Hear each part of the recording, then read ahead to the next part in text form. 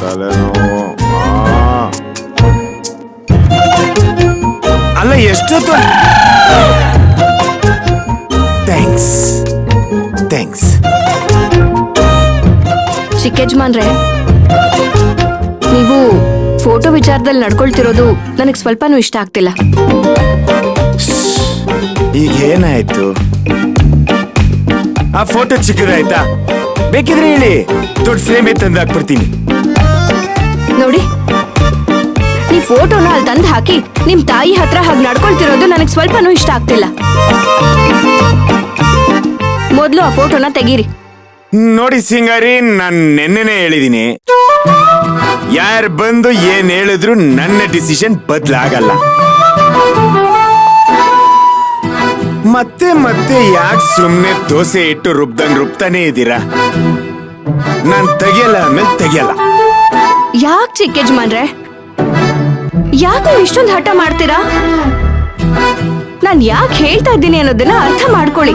ಇದ್ರಲ್ಲಿ ಅರ್ಥ ಮಾಡ್ಕೊಳ್ಳೋದಕ್ಕೆ ಇನ್ನೇನ್ ಉಳ್ದಿದೆ ಸಿಂಗಾರಿ? ಆ ಫೋಟೋ ಅಲ್ಲಿರೋದ್ರಿಂದ ನಿಮ್ ಮತ್ತೆ ಅನ್ನಿಸ್ಕೊಂಡಿರೋರು ಉರ್ಕೋತಿದ್ದಾರೆ ತಾನೆ? ಉರ್ಕೋತಿದ್ದಾರೆ ಅಲ್ವಾ? ಉರ್ಕೋತಿರ್ಬೇಕು. ಅವ್ರು ಉರ್ಕೋತಿರ್ಬೇಕು, ನಾವು ಉರಿಸ್ತಿರ್ಬೇಕು. ಅವಾಗ್ಲೇ ಸ್ಕ್ರೀನ್ ಪ್ಲೇಗ್ ಒಂದು ಮಜಾ. ಬೇರೆ ಕತೆಗಳಿಗೆ ಹೀರೋಗೊಂದು ವಿಲನ್ನು, ಹೀರೋಯಿನ್ಗೊಂದು ವಿಲನ್ನು ಇರ್ತಾರೆ. ಆದ್ರೆ ನಮ್ಮ ಕಥೆಯಲ್ಲಿ ಹೀರೋಯಿನ್ಗೂ ಹೀರೋಗೂ ರಾಜೇಶ್ವರಿನೇ ವಿಲನ್.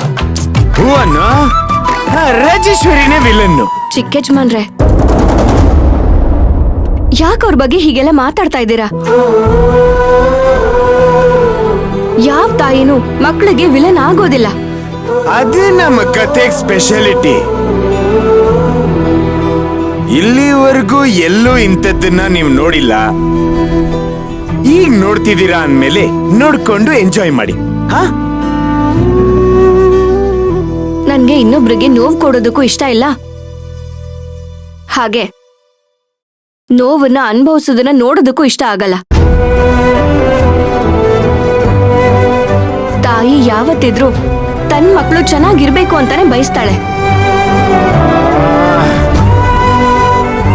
ಅವರು ಹಾಳಾಗಿ ಹೋಗ್ಲಿ ಅಂತ ಬಯಸೋದಿಲ್ಲ.